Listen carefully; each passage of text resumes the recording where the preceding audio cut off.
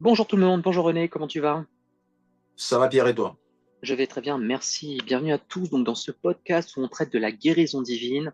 Encore une fois, le but est de vous expliquer la guérison de A à Z. Normalement, si vous écoutez tous nos podcasts, il n'y a aucune raison pour que vous ne puissiez pas vivre votre guérison. Aujourd'hui est un sujet particulièrement sensible, un sujet de la guérison, mais plus particulièrement aujourd'hui, nous allons voir le sujet de la foi. René, tu es d'accord avec moi que ce sujet de la foi a été étudié, réétudié et réétudié? Et bien souvent, lorsqu'on parle de la foi, on parle de la foi du point de vue de l'homme. On oublie finalement que celui qui a bâti la foi, celui qui a donné la foi, celui finalement qui a créé tout ce système et ses principes, c'est bien Dieu. C'est pas vrai? Ben exactement, exactement. Et donc, pour apprendre et comprendre ce qu'est la foi, il faut se référer tout simplement à la Bible. Aujourd'hui, notre première question, qu'est-ce Hum. que la foi? Définis-moi correctement la foi, s'il te plaît. Ah là là là, c'est un grand sujet là. Tu me demandes de faire un séminaire, je vais le faire. J'espère que tu me permets. Je t'accorde le temps qu'il faut, mais sois Ok, clair et précis. exactement. Tu as bien fait de poser cette question-là, parce que c'est un sujet qui est capital, Pierre. Dans le christianisme, le sujet de la foi. Malheureusement, on n'a pas compris la foi. Et là, je vais commencer avec une déclaration choc. Celui qui n'a pas compris la foi n'a pas compris l'évangile. Celui qui n'a pas compris la foi ne connaît pas Dieu.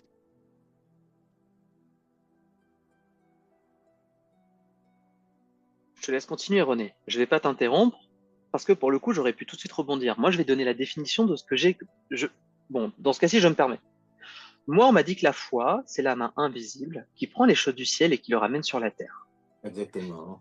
Donc, tu es en train de me dire, est-ce que ma définition est la bonne? Elle est fausse. Elle est fausse. Donc, tu es en train de dire que tous les pasteurs qui enseignent racontent des bêtises. Bravo, René. Tu peux être fier de Exactement. toi. Et je vais encore continuer. La définition classique de la foi chez les chrétiens, c'est Hébreu 11. La foi est la ferme assurance des choses qu'on espère, la démonstration de celles qu'on ne voit pas. Et là encore, je dis que c'est faux. Bien. Je te laisse détailler, René. Vous savez, Hébreu 11 est souvent considéré comme la définition de la foi dans la Bible. Non, la Bible n'est pas un livre là où il y a des définitions. Si vous étudiez Hébreu 11 ne parle pas des chrétiens. Hébreu 11 parle de la foi des anciens. La foi est la substance des choses qu'on espère. Qu'est-ce que les gens espéraient? René, quand tu parles d'anciens, tu es en train de me parler des gens qui sont venus avant que Jésus-Christ vienne, avant que Jésus-Christ soit mort et Exactement. ressuscité. Toutes ces C'est bien personnes-là, ça. Abraham, Enoch, si vous lisez Hébreu 11, on va citer beaucoup de personnes en fait. OK? Donc, dans le contexte, on ne parle pas finalement du chrétien ou de la nouvelle création. On parle Mais pas du uniquement tout. des Pas du personnes tout. avant. Très bien. Pas du tout. C'est, je ne sais pas pourquoi nous sommes tombés dans cette erreur. C'est un manque de bon sens. Donc, je te laisse continuer, René. Vas-y, Ouais, continue. la Bible dit quoi? C'est la substance des choses qu'on espère, l'espérance, ok? La démonstration de celles qu'on ne voit pas. Et les anciens ont eu cette foi-là. Pourquoi? Parce que dans l'Ancien Testament, ils avaient la promesse de Christ. Ils avaient la promesse. Dans le Nouveau Testament, nous, on n'a pas la promesse, on a la réalité. Et c'est la raison pour laquelle Paul va dire, toutes les promesses de Dieu sont yes et amen en Jésus-Christ. Ça veut dire quoi? Toutes les promesses, tout ce que Dieu avait promis à l'homme a été accompli en Jésus-Christ. Et la promesse d'Abraham, c'était Christ, c'était le salut. C'est la raison pour laquelle ils étaient dans l'espérance. Mais c'est quoi la foi pour nous aujourd'hui? Et là, je vais régler un problème, c'est Éphésiens 2:8, Pierre. Ça, c'est un Mhm. autre verset que les chrétiens utilisent. Ça, c'est le camp de ceux qui prêchent correctement l'évangile, mais leur manque encore quelque chose. Ils vont dire, nous avons été sauvés par la grâce, par le moyen de la foi. En un mot, Dieu t'a sauvé par la grâce. Maintenant, tu as besoin de la foi pour recevoir cette grâce. Vous voyez un peu ça? Mhm. Ça aussi, c'est faux. Ce verset ne parle pas de ça. Non, nous avons été sauvés par la grâce, par le moyen de la foi, pas par le moyen de ta foi, par le moyen de la foi. C'est quoi cette foi-là? L'œuvre de Christ à la croix, la mort, l'ensevelissement, la résurrection, l'ascension, la glorification de Christ. C'est pas ta foi, c'est pas ce qui est écrit. Même les pasteurs qui ont un peu compris l'évangile, ils lisent ce verset avec un mindset de la religion. Je suis en train de régler les problèmes. Donc, nous avons été sauvés par la grâce. La grâce est l'expression de l'amour de Dieu. Par le moyen de la crucifixion, de la mort, de l'ensevelissement, de la résurrection, de l'ascension et de la glorification de Jésus-Christ. Et c'est pour ça que Paul va dire, cela ne vient pas de vous, c'est un don de Dieu. De Dieu. Donc cette grâce-là, cette foi-là ne vient pas de nous. Tu vois un peu les erreurs, Peter? René, Juste après. Oui. Et alors, si tu permets, juste, je te coupe. Si j'essaie de comprendre ce que tu es en train de me dire, je vais essayer de le paraphraser. Exactement. Vous êtes sauvés par le moyen de la grâce que Dieu vous a donné aujourd'hui. C'est bien ça? Par le moyen de la foi que Dieu vous a donné aujourd'hui également. Donc, tu es en Exactement. train de me dire que la foi, c'est quelque chose que Dieu m'a donné avant.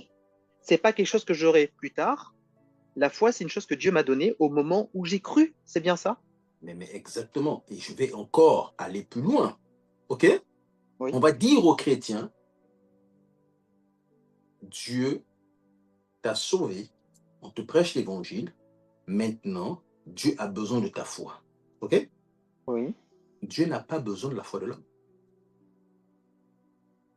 Oh my goodness. Dieu n'a pas besoin de la foi de l'homme. Regardez, dans le Nouveau Testament, la foi, c'est qui? La foi est une personne. Jésus-Christ lui-même. Jésus-Christ lui-même. Donc attends René, tu me définis, donc je t'ai posé la question, c'est quoi la foi? Tu me réponds que la foi, c'est Jésus-Christ lui-même. Donc Exactement. Jésus-Christ qui vient habiter en moi est la représentation de la foi. Donc est-ce qu'on pourrait dire que moi, Pierre, je suis uni, ou plutôt je ne fais qu'un, avec la foi? En gros, Exactement. ça voudrait Oui. dire qu'il est impossible pour moi de manquer de foi. Il est Oh là impossible pour moi là. Oh de ne là pas là. avoir assez de foi. C'est comme si on disait que Jésus n'avait pas la foi. Est-ce que tu es en train de me dire une chose comme ça? Exactement. Donc, tu vois très bien. Pour toi, la foi, c'est ton identité en Donc, Christ. attends, mais René, alors, il y a tellement de chrétiens ou tellement de personnes qui disent, mais moi, je n'ai pas la foi, comment faire? Toi, tu viens et tu commences à me balancer en me disant, Pierre, tu es la foi parce que Jésus habite en toi. Tu es Hum, devenu la foi. hum. Tu trouves pas ça incohérent, René, entre ce que je te dis, Non, mais entre je ce ne que je trouve pas ça ressens et... incohérent. Non? Laisse-moi le démontrer, OK? Ouais, Lorsqu'on parle de la foi, on veut parler de la nature de Dieu, OK?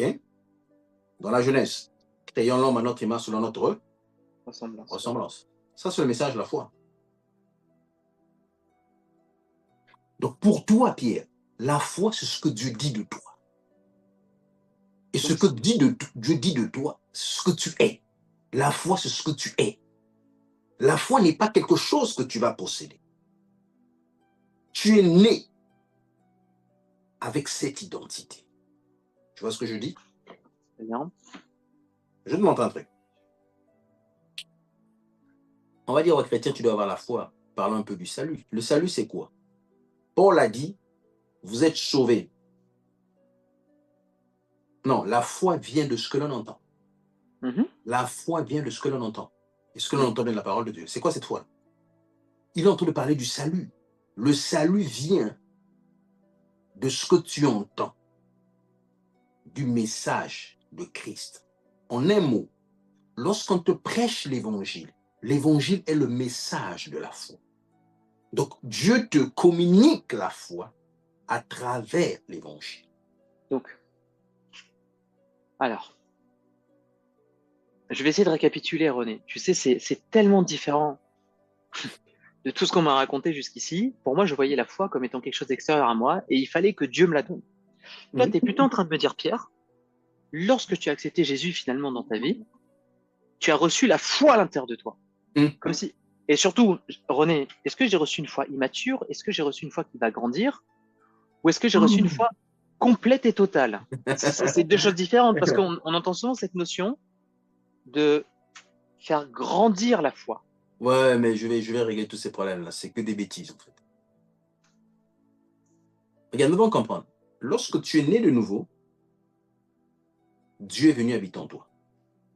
Dieu ne t'a pas donné des choses. Lui-même, il est venu habiter en toi à travers le Saint-Esprit. OK? D'accord? La foi, c'est ce que tu as reçu, c'est Christ. C'est Christ. Tu n'as pas reçu un Christ immature. Tu n'as pas reçu un Saint-Esprit qui est bébé qui doit grandir. Vous savez, il y a un frère chrétien qui avait dit, lorsqu'on est de nouveau, on reçoit un bout du Saint-Esprit. Quand on est baptisé du Saint-Esprit, on reçoit l'autre bout. On reçoit 2 morceaux du Saint-Esprit. Exactement. Oui. C'est-à-dire que nous, aujourd'hui, on a reçu l'Esprit de Dieu.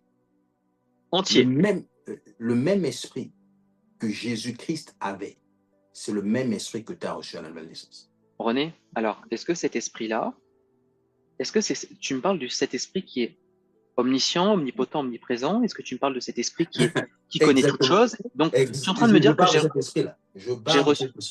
j'ai reçu la personne de Dieu lui-même à l'intérieur de moi. C'est bien ça. Dieu, la Bible nous dit que Dieu est un Dieu de foi. Donc, tu es en train de me dire que moi, maintenant, je suis un être de foi dans le corps d'un homme, tout simplement. Je vais t'expliquer. Lorsqu'on dit que Dieu, c'est un Dieu de foi, qu'est-ce qu'on veut te dire par là? On veut te parler du fonctionnement de Dieu, ok? D'accord. Dieu est un Dieu de foi sur la base de sa nature. Tu vois ça? D'accord. En un mot, quand on te dit que Dieu, c'est un Dieu de foi, on veut se focaliser sur l'expression de la nature de Dieu. D'accord. Tu vois ça? Toi, aujourd'hui, tu es l'expression de la foi de Dieu. Tu es l'expression de l'amour de Dieu. Tu es l'expression de la justice de Dieu. Tu es l'expression de la miséricorde de Dieu. Tu es l'expression de la sainteté de Dieu. C'est Christ qui vit en toi. Le salut, c'est l'humanité qui meurt, la divinité qui vit en fait. Qui vit. Christ est venu vivre en nous avec sa nature, avec sa foi. Donc là, René, je vais rebondir là-dessus. C'est quoi la foi? La foi, c'est tout simplement Jésus-Christ lui-même. Si aujourd'hui Jésus-Christ lui-même vient habiter à l'intérieur de Pierre, Pierre ne manquera jamais de foi. Est-ce que pour le coup, cette définition est bonne? Ça te convient ou pas?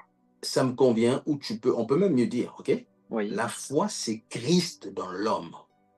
La foi, c'est Christ dans l'homme. Très bien, Christ dans l'homme. C'est ça la foi. Exactement. Maintenant, René, je vais continuer sur ma série de questions parce qu'on a répondu à finalement la question générale. Mais maintenant, je vais tourner cette question dans tous les sens. Il y a de très fortes chances que tu me réexpliques 10 fois la chose un peu de façon différente, on arrivera toujours à la même conclusion. On se focalise encore une fois sur la guérison. René, j'aimerais te poser la question. Je pense que je n'ai pas assez de foi pour être guéri. Et là, je te demande, avec la définition qu'on vient d'avoir, c'est comme si je te disais, René, je n'ai pas assez de Jésus en moi pour être guéri. C'est ce que je suis en train de te dire, c'est bien ça? Exactement, tu vois?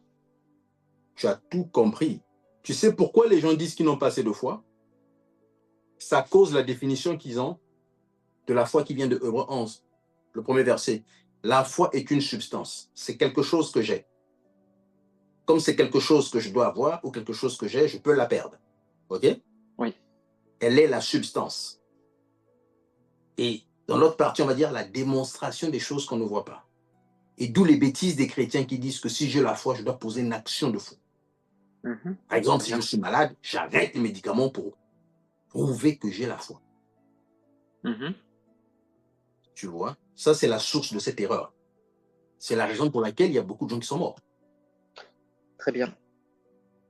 Donc, René, tu es en train de me dire que ce verset-là, si je reviens dessus, désolé, je ne le connais pas par cœur, la foi, c'est la substance des choses. Tu m'as expliqué que c'est pas pour nous, hein, c'est bien ça. C'est ce que tu es en train de me dire. Pierre, pour que je puisse aider les chrétiens, si tu as ton téléphone, ouvre ton téléphone, on va lire Hébreux 11. Je veux bien, je vais prendre ça tout de suite. Alors, Hébreux 11, verset 1. C'est un sujet sensible. Pour le coup, je me suis retrouvé perdu moi-même dans mon parcours parce que je ne comprenais pas tout ça. Et ça me fait penser à notre question qui vient tout de suite. Alors, je te lis, Hébreux 11, 1. Or, la foi est une ferme assurance des choses qu'on espère, une démonstration de celles qu'on ne voit pas. Attends d'abord là. Tu vois très bien, ça commence avec or. Oui. C'est quoi? La suite de quelque chose. Exactement, la suite de quelque chose. Ouais. Ça veut dire quoi? Les prédicateurs américains qui ont mené ça, ils ont des problèmes avec l'anglais. Les Africains sont venus avec des problèmes avec l'anglais. Tous ils ont des problèmes de langue, en fait. Très bien. Or, descend. Je continue. Pour l'avoir possédé, les anciens ont obtenu un témoignage favorable. Arrête d'abord là. Or, la foi. Tu sais le mot or là, dans certaines versions, on va dire maintenant. En anglais, par exemple, ils ont dit now. Très Et bien. il y a des prédicateurs, quand ils ont pris le now, ils te disent non, la foi c'est maintenant. Faith is now. Je ne sais pas si tu as entendu ça. Si. Tout ça, c'est la stupidité du prédicateur. La traduction originale est en train de dire therefore. Donc, c'est comme si il y a quelque chose que je viens de dire et je tire la conclusion par rapport à ça. Alors, donc c'est plutôt que tu me dis, Pierre, c'est comme ça, mais maintenant, ou plutôt donc. Exactement. Tu vois? Et le Donc, prédicateur, oui. quand il a pris la traduction qu'on a dit now, il a maintenant créé son truc. Je ne sais pas si c'est un peu comme le rap. Faith is now, faith is now, faith is now. Et quand les gens entendent ça, la foi c'est maintenant, la foi c'est au présent, la foi c'est je l'ai. Vous voyez un peu les connaître? Alors que toi, tu es en train de me dire que la foi, c'est Jésus. Et donc, on a été positionné en Christ, et tout ce que Jésus a fait est dans le passé, René. On est d'accord? En fait, ce verset ne parle même pas du temps. Mhm. Le traducteur qui a mal traduit, au lieu de mettre or, ok? Oui. Ou therefore en anglais, il avait mis now. Ok? Donc, est-ce que tu peux me le relire donc, avec une meilleure traduction, René? Paraphrase-le-moi, Tu enlèves or lis-le-moi. par donc. Donc, la foi est une affirmation des choses qu'on espère, une démonstration des choses qu'on ne voit pas. Ok? Continue. Pour l'avoir possédé, les anciens ont obtenu un témoignage favorable. Donc, il est en Pour train de l'avoir nous posséder. les Les anciens anciens ont reçu un témoignage. favorables. Ils ont reçu un témoignage. Favorables. Ils n'ont pas reçu la vie éternelle. Mhm. Ils ont reçu un témoignage Favorable, oui. favorable. Continue. C'est par la foi que nous reconnaissons que le monde a été formé par la parole de Dieu, Mhm. en sorte que ce qu'on voit n'a pas été fait de choses visibles. Mhm. C'est par la Continue. foi qu'Abel offrit à Dieu un sacrifice plus excellent que celui de Caïn. Mhm. C'est par elle qu'il fut déclaré juste, Dieu approuvant ses offrandes, et c'est par elle qu'il parle encore, quoique mort. Mhm. C'est par la foi qu'Enoch fut enlevé, pour qu'il ne vit pas la mort, et Mhm. qu'il ne parut plus parce que Dieu l'avait enlevé. Car Mhm. avant son enlèvement, il avait reçu le témoignage qu'il était agréable à Dieu. Mhm. Or, sans la foi, il est impossible de lui être agréable, car il faut que celui qui s'approche de Dieu croie que Dieu existe et qu'il est le rémunérateur de ceux qui le cherchent. Arrête de la voilà. Je pense que Pierre, tout ce podcast-là, on va tourner sur ce verset-là, je vais résoudre beaucoup de problèmes. Tu vois, on entend parler du témoignage. Il a reçu un témoignage. OK? Il a reçu un témoignage qu'il était agréable à Dieu. Sans la foi, on ne pouvait pas être agréable à Dieu. Adieu. Oui, dans quel contexte on entend de parler, souvent ce verset-là, quand les gens le prennent, ils se disent que non, tu dois faire des choses pour être agréable à Dieu. Tandis que l'homme n'a pas besoin de la foi pour être agréable à Dieu. Dieu aime l'homme d'une façon inconditionnelle. Vrai ou faux? Oui, tout à fait. Ça veut dire quoi? Si tu as besoin de la foi pour être agréable à Dieu, ça veut simplement dire Dieu ne t'aime pas d'un amour inconditionnel. Inconditionnel. C'est comme s'il devait avoir un échange. Et bien Okay. souvent, on est sous ce fardeau, René. Exactement. Ça veut dire quoi? Le mec qui est en train d'écrire là, il est en train d'écrire par rapport aux réalités de l'Ancien Testament, très bien. Parce que dans l'Ancien Testament, l'homme pensait que lorsqu'il faisait quelque chose, quand il allait prier, Dieu l'acceptait. Lorsqu'il ne faisait rien, il ne s'était pas accepté. Or, ça n'a jamais été le cas. Si Dieu est le même hier, aujourd'hui, éternellement, Dieu n'a pas changé avec la mort de Christ. Jésus-Christ est venu révéler aux hommes qui était Dieu. Ça veut dire quoi? Lorsque tu lis les 4 évangiles, tu réalises qui est Dieu dans l'Ancien Testament. OK? Pas ce que Moïse avait dit aux gens. Pas ce que Abraham croyait. Jésus-Christ est venu révéler aux hommes qui était Dieu. Et dans la vie de Jésus-Christ, on a bien vu que Jésus n'a jamais demandé aux gens de faire des choses pour qu'ils puissent les guérir. Il n'a jamais demandé aux gens de changer pour qu'ils puissent les aimer. On l'a même critiqué parce qu'il était l'ami des gens qui avaient une mauvaise vie. Tu vois ça, Pierre? Très bien. Il se baladait avec tout le monde. La prostituée qui ne touchait pas les religieux pouvait toucher Jésus. Tu vois le truc? Tandis que dans l'Ancien Testament, chez les Juifs, ceux qui faisaient ça, ils étaient impurs. Eux, ils considéraient que ces personnes-là ne pouvaient même pas aller s'approcher de Dieu, ne peuvent pas s'approcher de Dieu. On est de croire qu'il faut la foi pour être agréable à Dieu. C'était dans l'Ancien Testament. C'est bien ça. Exactement. Et Parce c'est que même une mauvaise pensée qu'ils avaient. c'est même une mauvaise pensée parce que dans tous les cas, Dieu aime tous les êtres humains. C'est pour cette raison que Jésus est mort. Il y avait des personnes qui avaient la foi, des hommes qui n'avaient pas la foi, et pourtant Jésus est mort pour les deux, ceux qui avaient la foi et ceux qui étaient sans la foi. Mais exactement. Et prenons l'exemple d'Abraham, qu'on appelle souvent le père de la foi. Mhm. C'est Dieu qui est venu vers Abraham. Abraham, c'était quelqu'un qui adorait les idoles.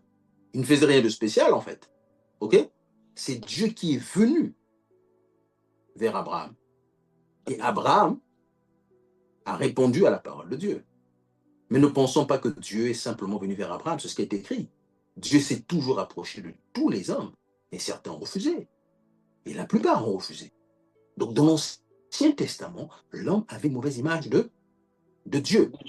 Même dans l'Ancien Testament, du coup. Mais je te dis que c'est le vrai problème, Pierre, c'est quoi? Quand on lit l'Ancien Testament, on interprète comme la vérité, au lieu d'utiliser Jésus-Christ comme la vérité pour bien expliquer l'Ancien Testament. Très bien. Je te montre encore des trucs. Regarde, dans l'Ancien Testament, l'histoire de Caïn et Abel. Oui. Dieu leur donne un protocole, donc Dieu le fait pour eux. Approchez-vous comme ça. Et ce protocole-là, c'est l'image de la croix, l'animal. Oui. OK? Dieu n'avait pas besoin de l'animal, en fait. Donc là, c'est un symbole de la croix. Donc Dieu veut qu'on s'approche de lui à travers Jésus-Christ. OK? L'autre s'approche à travers autre chose que Jésus. Dieu dit, non, le chemin, c'est Jésus. Tu t'approches de moi sur la base de ma nature à moi, pas sur la base de tes œuvres. Lui, il le refuse. Qu'est-ce que Dieu dit? Fais les choses correctement, approche-toi de moi sur la base de Jésus-Christ l'évangile. Regarde, Dieu l'avertit. La mort te frappe à la porte. Il va tuer son frère, il vient voir Dieu. Dieu ne le gifle pas en fait. Dieu lui dit, bon, je vais te protéger. Bizarre ça. Tu vois bien qu'il y avait déjà de l'amour. Pourtant, il venait te tuer, hein, pour le coup. Mais exactement. Vous voyez ça? Abraham, qui était le père de la foi, le mec, Dieu, avait donné une parole. Tu auras un enfant avec ta femme. Abraham doute de la parole de Dieu. Ismaël naît. Dieu ne change pas. Dieu n'est pas venu gifler Abraham. Tu vois? Absolument pas. Et pourtant, ce sont des hommes, ils ont fait, René, je vais utiliser le terme, ils ont fait des conneries, Exactement. et des conneries, et des conneries sur leur parcours. Mais tu vois le truc? Et ça n'a pas empêché que Dieu soit toujours présent. Exactement. Et qu'ils se produisent des miracles finalement dans leur vie. Exactement. OK? Abraham a menti plusieurs fois. René, il n'y a pas qu'Abraham, mais tu as Joseph aussi. Mais tous, ils étaient imparfaits. C'était des, exactement. C'était des cochons, c'était des personnes qui étaient absolument pas réglo. Et exactement. Pourtant, ils ont été élevés à des. Là, tu me fais réaliser finalement l'amour que Dieu avait. Il était extraordinaire pour tout, aussi bien dans l'ancienne alliance qu'aujourd'hui. Mais c'est là ce que je te dis qu'il y a un temps de casser des trucs. Là, je te dis ça, par exemple, lorsque les gens disent que nous sommes sous la dispensation de la grâce, OK? Oui. Je te dis que c'est faux. C'est faux. La grâce est la nature de Dieu. Dieu a toujours été un Dieu de grâce. Dieu a toujours été un Dieu de grâce. Je pense que c'est plutôt que certaines personnes ont fait des expériences, des mauvaises expériences ou autres, et on arrive à la mauvaise conclusion parce qu'on ne connaît pas la nature de Dieu. Et c'est ça notre problème. C'est ça notre problème. Et on va dire que maintenant, Dieu, c'est un Dieu de grâce. Non. Jésus-Christ est venu révéler aux hommes la nature de Dieu. Maintenant, les gens ont compris qui était Dieu. Moïse, aucun homme de l'Ancien Testament n'avait la révélation de la nature de Dieu. Je peux t'assurer. Non, parce que pour le coup, comme tu es en train de me dire, ils voyaient souvent Dieu comme une personne qui allait les mettre à l'épreuve. Et bien souvent, c'est la conception aujourd'hui que les gens ont de Dieu, que Dieu va les mettre à l'épreuve au travers de certaines situations, de certaines difficultés. Toi, Exactement. tu es là maintenant en train de me dire que Moïse, Abraham, toutes ces personnes-là, René, avaient une mauvaise conception de Dieu. Exactement. Regardez, Jésus-Christ est venu corriger, en fait. Il a dit quoi? Moïse vous a dit ça, mais moi, je vous dis ça. Celui qui est en face de lui est plus que Salomon. Oui. Tu vois? Sur la Oui. montagne de la transfiguration, la voix s'est faite entendre. Celui-ci est mon fils bien-aimé, écoutez-le. Plus Moïse, la loi, plus les prophètes. Seulement Jésus-Christ qui est l'image du Dieu invisible. Donc, René, tout l'Ancien Testament, c'est un livre historique. Il ne faut pas le prendre à la lettre. Il faut plutôt regarder l'expérience de certaines personnes que ces personnes ont faites, peut-être en tirer des leçons, mais surtout regarder toujours au travers de la nature de Dieu. Dieu est Exactement. amour, et regardez comment à chaque fois est-ce que Dieu a dû rattraper les choses parce que Exactement. les hommes n'ont pas fait les choses comme il fallait. Exactement. Et il faut surtout pas prendre le passage de la Bible où on parle en fait que Dieu a tué ou des choses comme ça. C'est Mais plutôt exactement. C'est bien le problème souvent, qu'il y a. bien souvent Dieu a. Très bien, on continue. C'est par la foi que Noé, divinement averti des choses qu'on ne voyait pas encore et saisi d'une crainte respectueuse, construisit une arche pour sauver sa famille.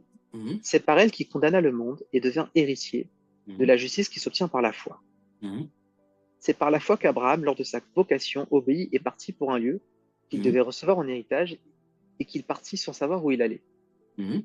C'est par la foi qu'il vint s'établir dans la terre promise comme dans une Mhm. terre étrangère, habitant sous des tentes, ainsi qu'Isaac et Jacob, les cohéritiers de la même promesse. Mhm.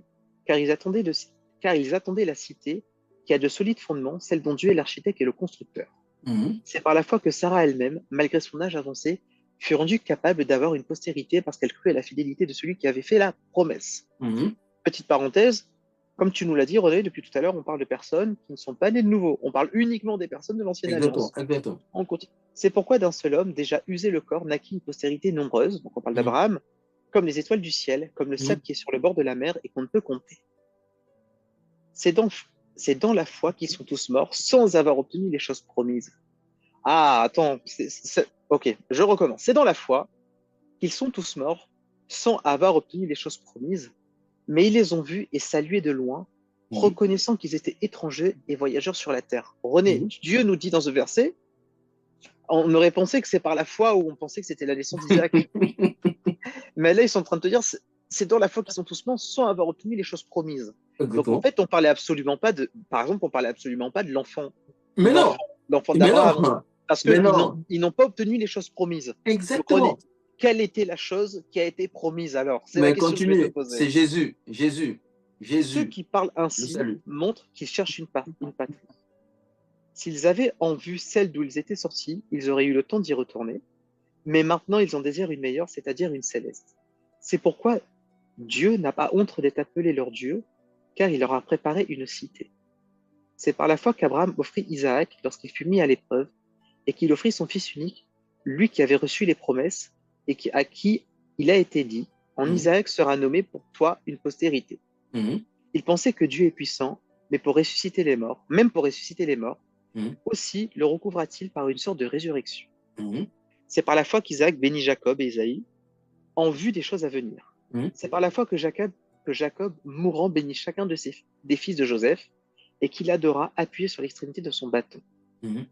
C'est par la foi que Joseph, mourant, fit mention de la sortie des fils d'Israël, et Mhm. qu'il donna des ordres au sujet de ses os. Mhm. C'est par la foi que Moïse, à sa naissance, fut caché pendant 3 mois par ses parents, parce qu'ils virent que l'enfant était beau, et qu'ils ne craignirent pas l'ordre du roi.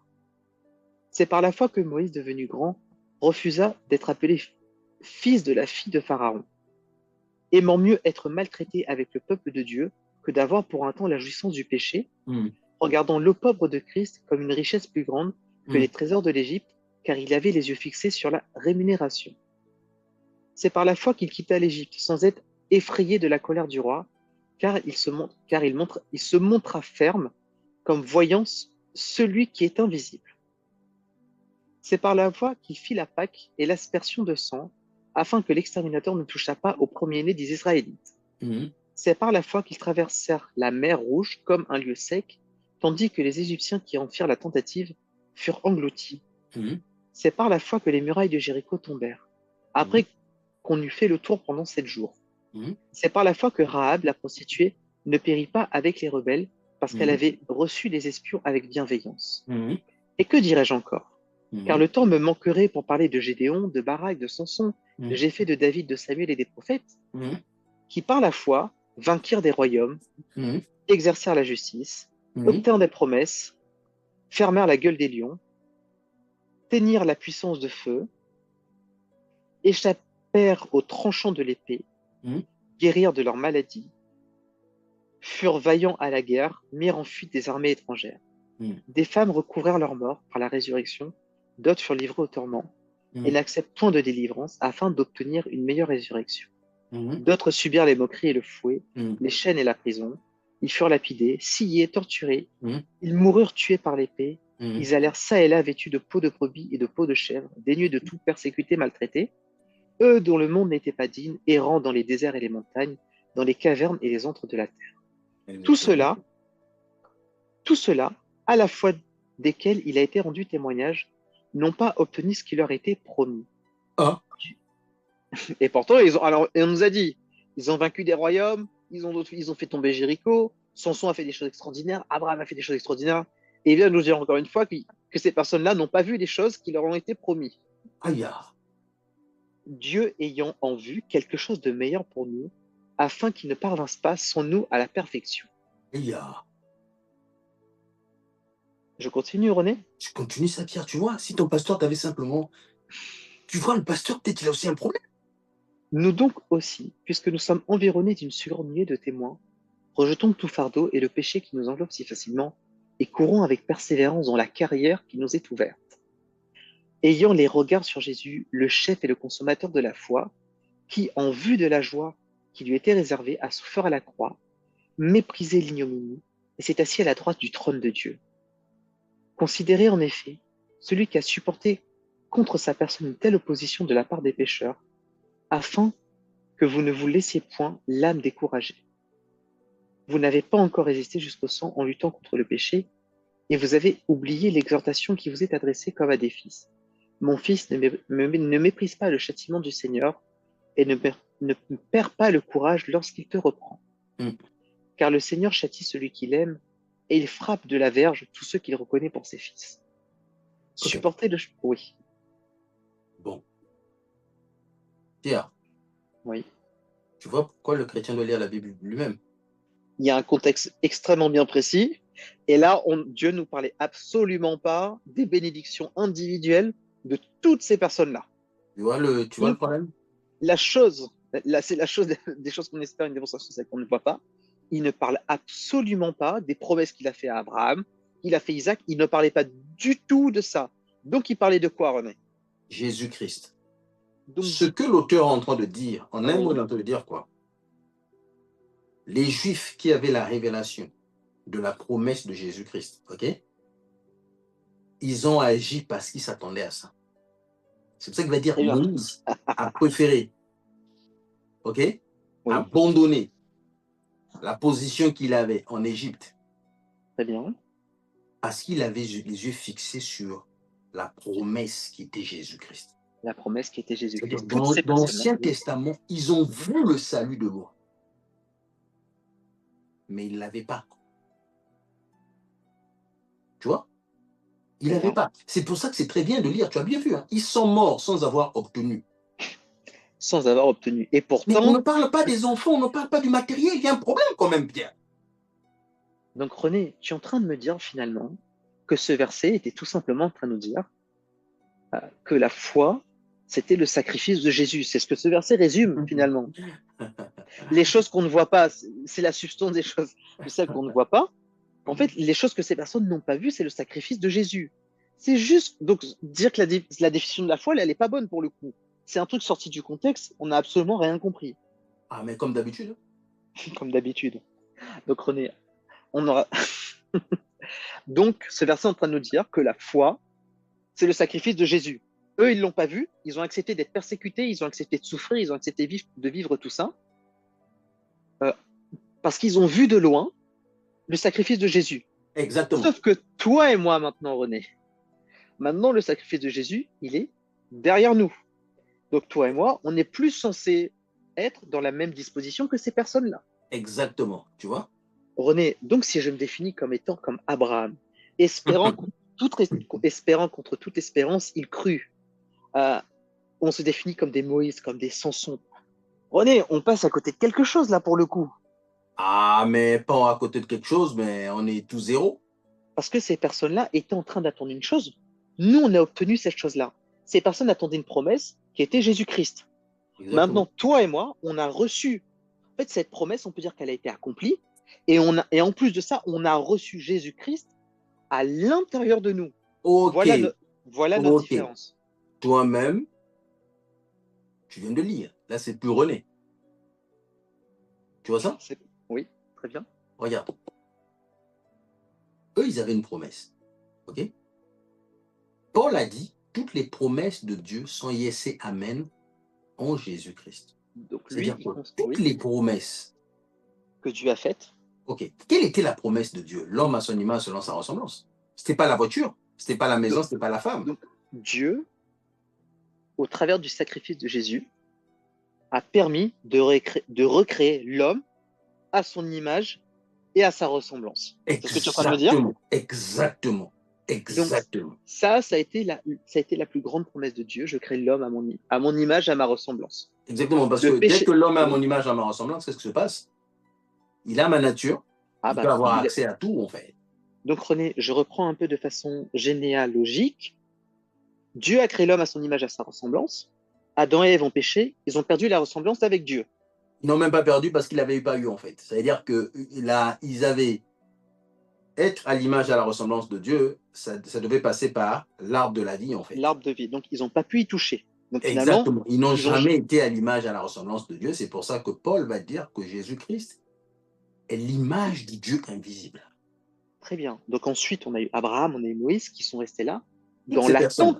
dans l'attente de la perception de Jésus, qui serait l'image de Dieu, qui serait, oui, la création de Dieu. Ces personnes-là, pendant des milliers d'années, ont attendu la venue de Jésus-Christ.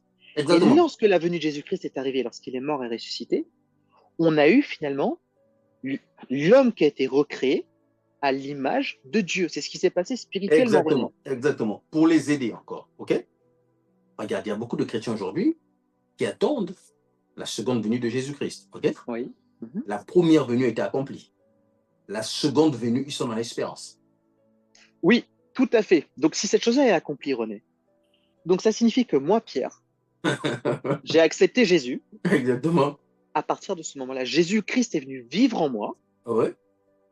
Alors, Abraham, qui lui avait des promesses en disant que ça allait arriver au futur, Ouais. Jésus, donc moi, maintenant, j'ai Jésus à l'intérieur de moi. Et tout ce qui englobe tout ça, c'est oui et amen. Donc, Exactement. grâce à ce Jésus à l'intérieur de moi, René, je peux manifester ou vivre toutes les bénédictions, inclus matérielles, pour vivre dans ma vie de tous les jours. C'est bien ça? Exactement. Donc, en mettant d'abord Donc, le matériel à côté, OK? oui, La bénédiction est toujours là le salut. Parce que l'histoire du matériel, là, c'est là ce qu'il y a eu la corruption. On a mangé les gens l'argent. d'accord.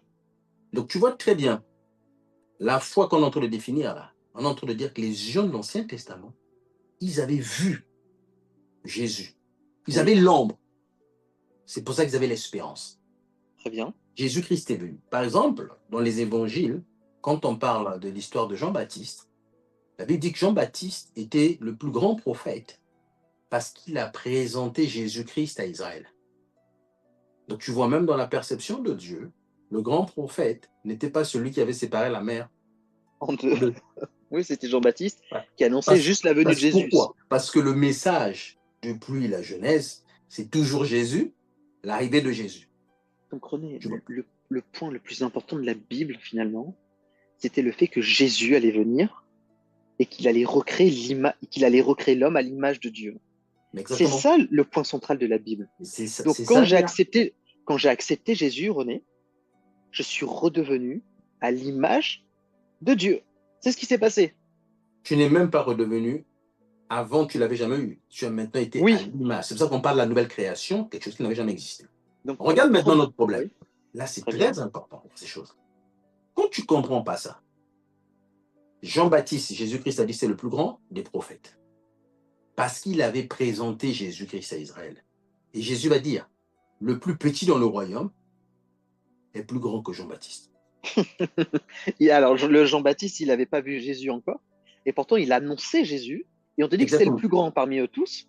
Et Exactement. maintenant, il te dit que celui qui est le plus petit, finalement, qui a accepté Jésus, qui est né de nouveau, Il est plus grand que Jean-Baptiste. il est plus grand que Jean-Baptiste.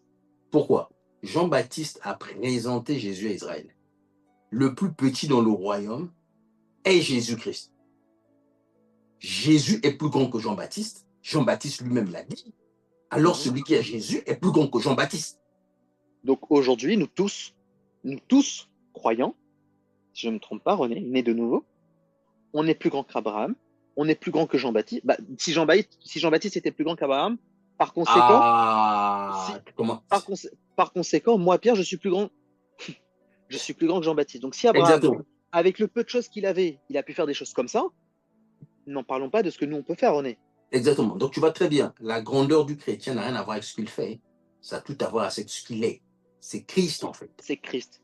Quand tu comprends ça, tu ne peux pas te vanter. La peur que les gens ont, quand ils se voient écouter, c'est de dire, faites attention avec René. Hein. René est en train de te faire comprendre que tu es plus grand que Abraham. Ah, Abraham. Mais c'est la Bible. René, Moïse. c'est la Bible qui le dit. Jean-Baptiste, je crois pas que Jean-Baptiste n'a pas fait de grands miracles, hein, comme on aurait pu le dire. Hein. Contrairement à Moïse qui lui a ouvert la mer en deux, Jésus lui-même dit que le premier-né, le plus petit du royaume des cieux, est plus grand que Jean-Baptiste. Donc, oui, mais tu vois maintenant le problème de perception, parce que la notion de cette grandeur-là n'est pas liée au miracle. La grandeur est liée à Christ. Tu vois ça? Très bien. Jean-Baptiste était plus grand parce qu'il a vu ce que les autres n'avaient pas vu. Oui, donc c'est tout simplement qu'il avait peut-être une plus grande compréhension. Ah non, il a rencontré Jésus en personne, lui, Jean-Baptiste. Exactement, c'est-à-dire que la promesse, là, lui, il l'a vu. Mais nous sommes devenus un avec cette personne. Nous, on est encore plus loin que cette promesse-là. On ne se contente pas juste de la voir. Il est carrément venu habiter à l'intérieur de nous. Exactement.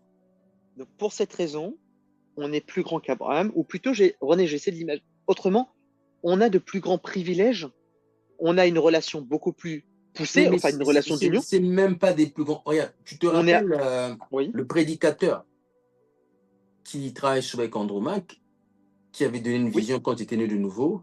Oui. Sur son identité, il avait carrément vu Jésus, en fait. Oui. OK? Oui. Regarde, ce que les gens ne comprennent pas. Quand on dit qu'on est plus grand parce que nous sommes morts, en fait, humainement. C'est Christ qui vit en toi. Tu n'es pas grand parce que tu as fait quelque chose, OK? D'accord. Tu es grand parce que Christ habite en toi. Je te donne un autre exemple. Si Bill Gates vient habiter dans un quartier, OK? Il met le siège de Microsoft dans ce quartier-là. La valeur immobilière de ce quartier-là change. Obligatoirement, René. Bien sûr que oui. La présence de Bill Gates change tout. Donc la présence de Jésus à l'intérieur de moi change tout. Exactement. C'est-à-dire que je prends un autre exemple. Le quartier des Picasso de Nanterre. Oui. Elle a une valeur d'une cité, OK? Oui. Si le siège social de Microsoft ou d'Apple s'installe dans le parc, la valeur a changé. D'accord, très bien. Parce que Apple est venu s'installer là. Quand Jésus-Christ vient habiter en toi, tu as maintenant la valeur de Jésus. Wow. Parce que toi, tu es mort. C'est même la raison pour laquelle, Pierre, on le voit très bien, les voitures de collection, OK, vont avoir la valeur de cette personne. La Kobe Bryant, la dernière serviette qu'il avait portée lors de son dernier match, ça a été vendu à un prix, c'est une serviette, quoi. Oui, mais c'est une serviette. C'est Kobe Bryant, encore une fois. Exactement. Ça veut dire quoi? La notoriété, excusez-moi, de Kobe Bryant, la valeur de Kobe Bryant qu'il a eue par rapport à son œuvre est attachée à cette serviette-là. Donc la valeur que j'ai est raccrochée finalement au sacrifice de Jésus. Exactement.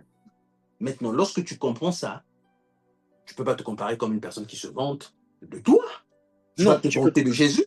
Tu ne te vantes pas de toi, tu es en train de vanter Jésus. Donc, exactement. Tu es en train de vanter finalement l'œuvre que Jésus a faite. Exactement. Donc Pierre, tu vois très bien le problème des chrétiens. Oui. C'est la compréhension. C'est pour ça que moi, je n'aime pas les réponses de oui et non.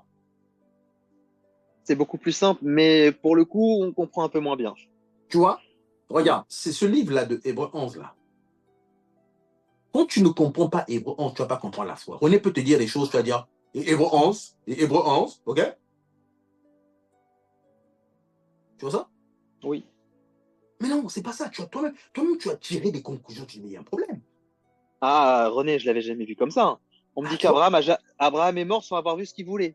Pour moi, ce qu'Abraham voulait voir, c'était Isaac, hein. Et Ah, tu non, vois? c'était Jésus-Christ. Exactement. René, Donc, je pense qu'avec ce qu'on vient de voir, tu pourrais répondre en 5 minutes à toutes les questions que j'ai à te poser. Parce que tu m'as fait comprendre une chose, c'est que la foi, c'est Jésus-Christ, et que Dieu aujourd'hui a envoyé Jésus-Christ habite en moi, et par conséquent, l'homme est devenu une nouvelle création, comme tu à l'image, à la ressemblance de Dieu. Voilà ce qui est devenu l'homme. C'est bien ça? tu sais, Pierre, ce qu'on va faire, Mhm. une pensée me vient là. C'est très important ce sujet-là. Tu vois, Hébreux 11, c'est le verset central de la foi. OK? Oui.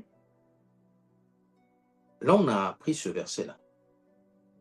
Aujourd'hui, on doit encore le décortiquer pour qu'on réponde à toutes les questions en mettant en face des gens leur histoire de Hébreux 11. Parce que les gens, quand tu vas les expliquer les choses, leur tête va toujours repartir sur Hébreux. Et bronze, encore une fois, parce qu'on a été tellement, tellement, tellement forgé là-dedans, tu vois Exactement. bien qu'Hébreu 11 ne parle absolument pas finalement de la guérison. Mais il Hébreu fallait 11 que ne tu parle, lises. Hébreu 11 ne parle aucunement Tu de vois? bien matériel. Hébreu 11 ne parle absolument pas de bien spirituel. Hébreu 11 parle uniquement d'une chose, la foi qui est Jésus-Christ. Donc, on Exactement. a la meilleure définition de la foi. Donc, Exactement. Hébreu 11 est bien la meilleure définition de la foi. Mais la définition de la foi, ce n'est pas finalement quelque chose pour ce qu'on veut à droite à gauche. La foi, c'est Jésus-Christ lui-même. Exactement. Donc, Exactement. Hébreu 11 est finalement notre référence et on a la meilleure définition de la foi. Sauf que là, si, comme tu dis, tu cites Hébreu 11, les gens vont te dire, ah tiens, ça, c'est les choses qu'on voit pas, les choses qu'on espère. Non. C'est pas La ça. foi, c'est Jésus-Christ. Tu vois ça? Oui. C'est pour ça que dans Hébreux 11, il dit fixez les yeux vers Jésus-Christ, lui qui est l'auteur et celui qui emmène cette foi à l'accomplissement. Mhm. Jésus-Christ est l'auteur en tant que Dieu et celui qui l'emmène à l'accomplissement en tant qu'homme a été crucifié, qui est mort, a été enseveli et ressuscité. Il y a eu l'ascension et la glorification. C'est bien. Pierre, quand il n'y a pas cette compréhension-là, donc René peut te dire la foi c'est Jésus, mais il y aura toujours un petit doute en toi. Oui. Parce que tu as lu Hébreux 11, tu dis faith is not, faith is not. Ça veut dire Non. quoi? Dans le biais maintenant. René, tu, en tout cas pour moi, j'espère que les personnes qui n'ont pas compris, ce qu'elles vont faire, c'est qu'elles vont revenir au début de ce podcast. Elles vont écouter une deuxième fois et surtout qu'elles aillent dans Hébreu 11 et lire finalement correctement ce contexte-là. Et si elles l'ont écouté une deuxième fois ce podcast, elles n'ont pas compris, qu'elles aillent le réécouter une troisième fois. Pour Mais fin... regarde, moi je peux t'assurer, Pierre, pour le bien des gens, ok?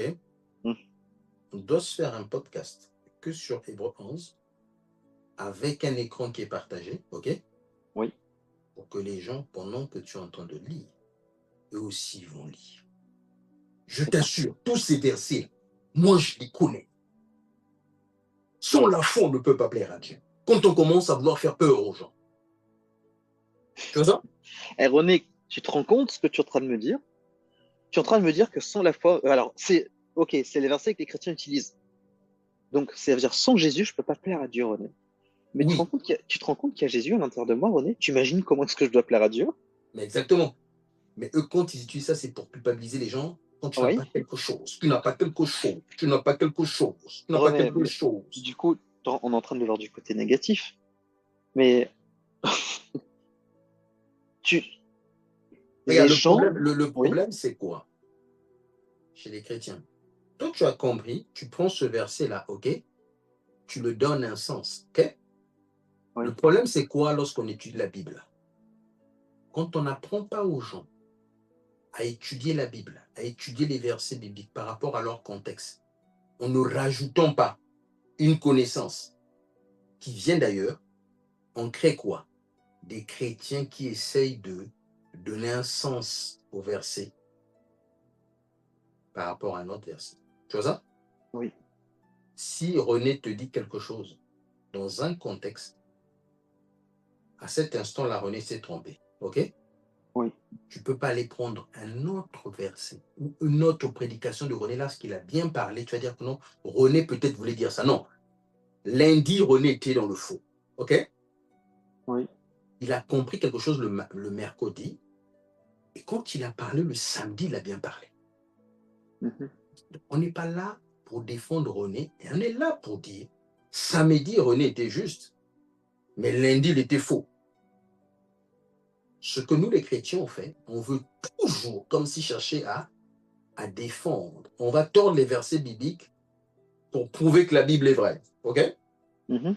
Quand on voit une contradiction, au lieu de s'asseoir, d'essayer de comprendre ce que la personne voulait dire, nous, on essaie de donner un sens sur la base des autres versets de la Bible. OK? Mhm. Tandis que lorsque ce mec-là a écrit le livre, il n'avait même pas l'information que peut-être Paul a utilisée pour écrire une lettre. Oui, très bien. Ça, c'est le problème.